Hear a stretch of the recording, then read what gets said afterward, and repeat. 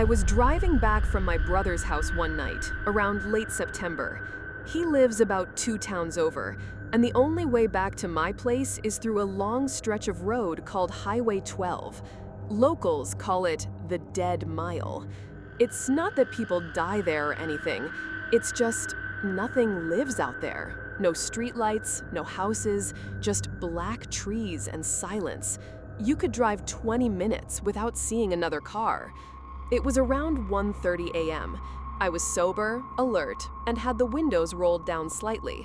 The air was cool, and the only sounds were the tires humming on the asphalt and my phone quietly playing an old radio podcast. That's when I saw him. He was walking along the shoulder of the road, facing traffic.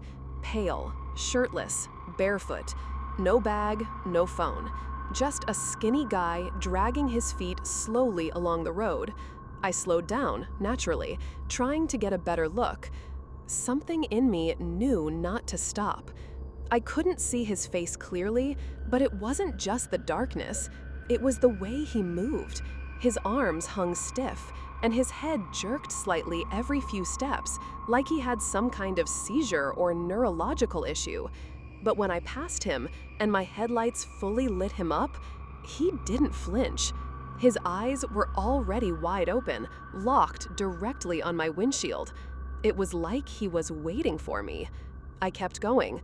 I didn't speed up, but I didn't stop. I just locked the doors and turned down the volume. A mile later, I checked my rear view. He was gone. Not just further behind, completely gone. There were no side roads, no trees close enough to hide behind. I kept looking in my mirrors for movement, thinking maybe he collapsed, but the road was completely empty. I told myself maybe someone picked him up, even though I hadn't seen headlights. But that wasn't the end. A few minutes later, I noticed movement up ahead. Another person? Or the same one? This time, the figure was on the opposite side of the road, standing completely still, almost in the ditch, just staring at my car. As I passed him, I felt this pressure, like the air got thick, like something invisible had sunk its claws into my chest.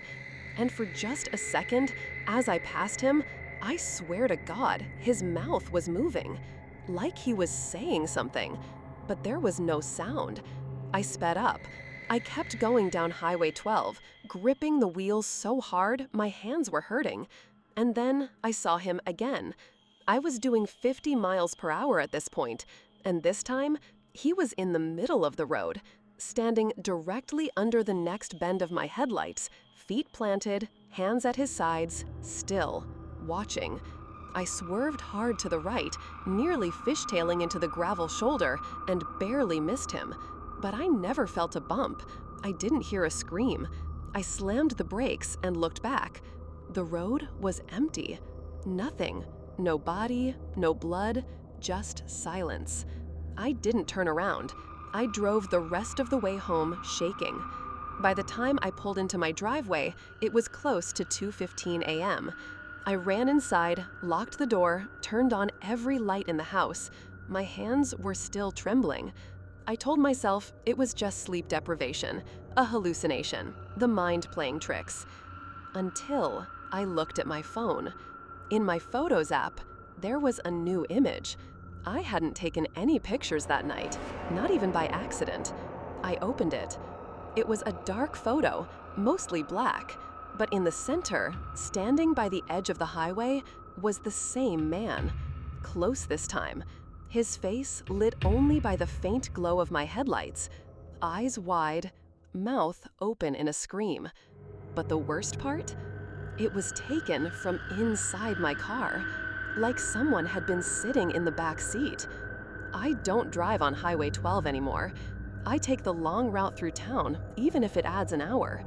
Because whatever that thing was, it knew me, and it was getting closer. Sleep well, dear. This happened 2 years ago, during a solo road trip I was taking across the Southwest. I had just wrapped up a brutal work project and wanted time to clear my head. I picked the kind of route that avoided cities and took me through long stretches of open desert. No deadlines, no distractions, just the road. One particular evening, I found myself driving through a desolate part of Arizona. No cell service, no towns for miles. The sun had just gone down, and the temperature dropped fast. I hadn't planned to drive at night, but I misjudged how far the next town was. After an hour of driving in darkness, headlights off in the distance were few and far between.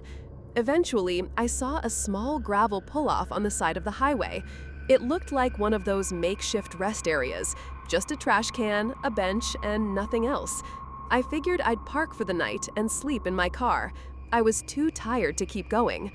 I backed the car in, facing the desert, so I could see the horizon. Turned off the engine, cracked the window for air, locked the doors, and leaned the seat back.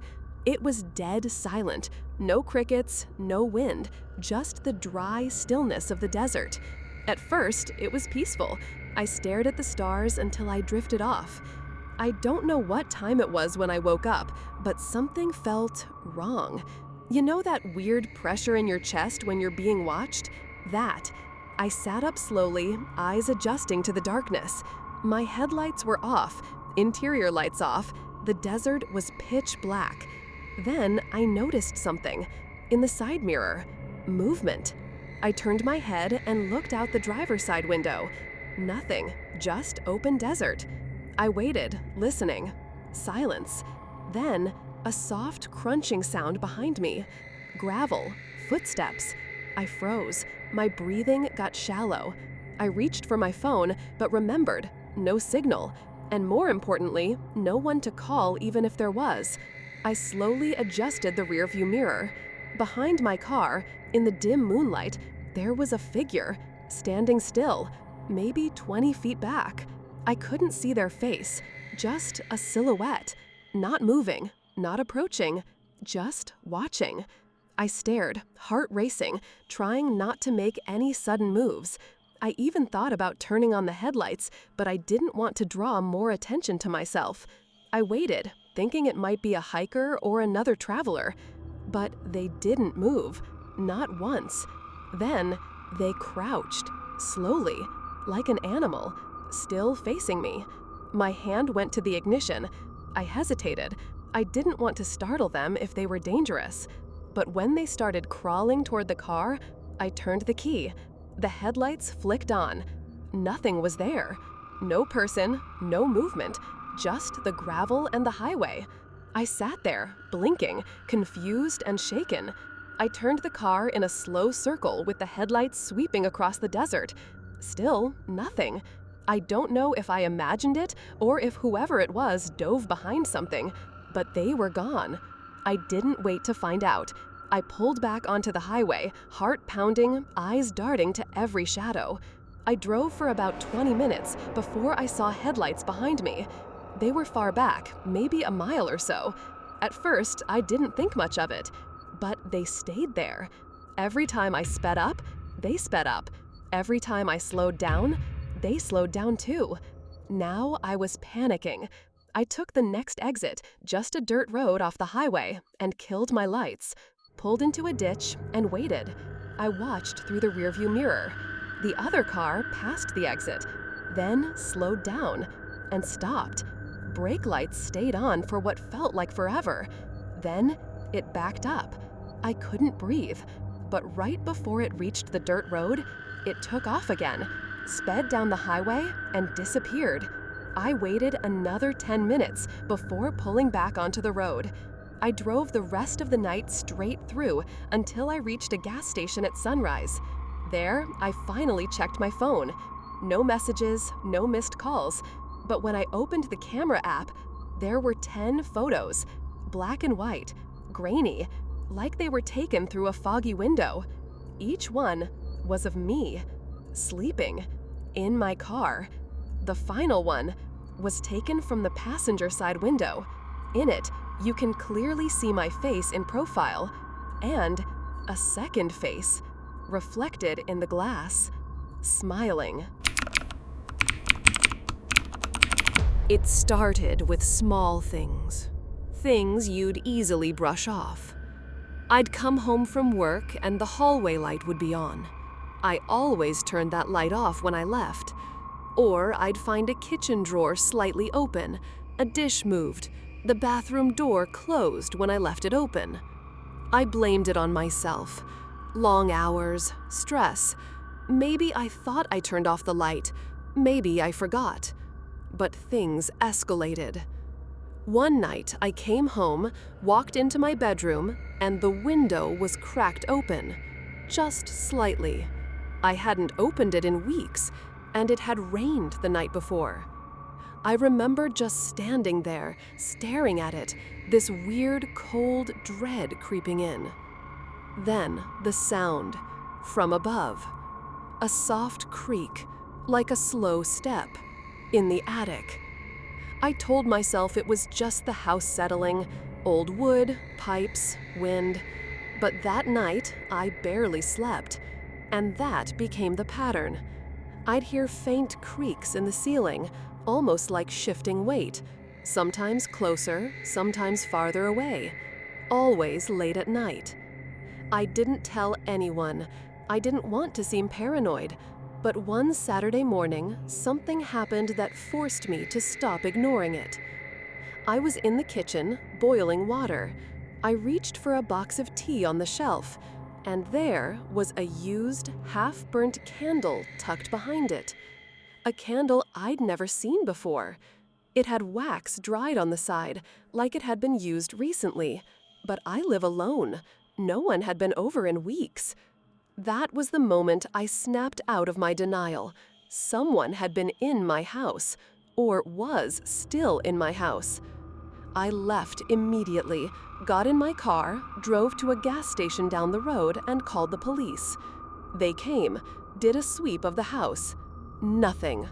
They went into the attic, said it was dusty, untouched.